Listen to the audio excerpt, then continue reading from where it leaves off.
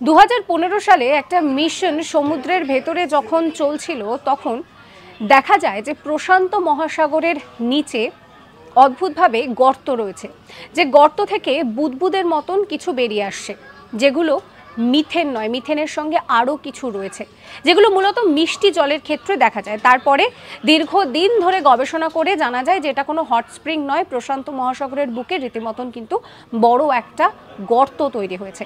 এবার এই গর্ত কেন তৈরি হয়েছে না, এই গর্ত তৈরির পিছনে কিন্তু রয়েছে একটা ভয়াবহ ভূমিকম্প। 1700 সালে সেই ভূমিকম্প হয়েছিল 26শে জানুয়ারি, বিশাল ভূমিকম্প হয়েছিল এবং এই ভূমিকম্প কিন্তু ভ্যাঙ্কুভার আইল্যান্ডের ওপরে আছড়ে পড়েছিল, যার জন্য সুনামি হয়েছিল।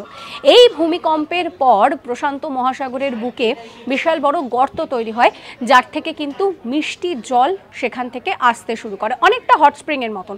এবং যখন 2015 সালে এই বিষয়টা নিয়ে গবেষণা করা হচ্ছে, তখন একটা রোবট পাঠানো হয়েছিল জলের তলায়। সেখানে কিন্তু মিষ্টি জলে থাকে সি কিউকুম্বার, এই ধরনের বেশ কিছু প্রাণীরও খোঁজ মিলেছিল। সেখান থেকেই কিন্তু জানা যায় যে এই ধরনের গর্ত তৈরি হয়েছে। সাবস্ক্রাইব করবেন আজ তাক বাংলার ইউটিউব চ্যানেলকে।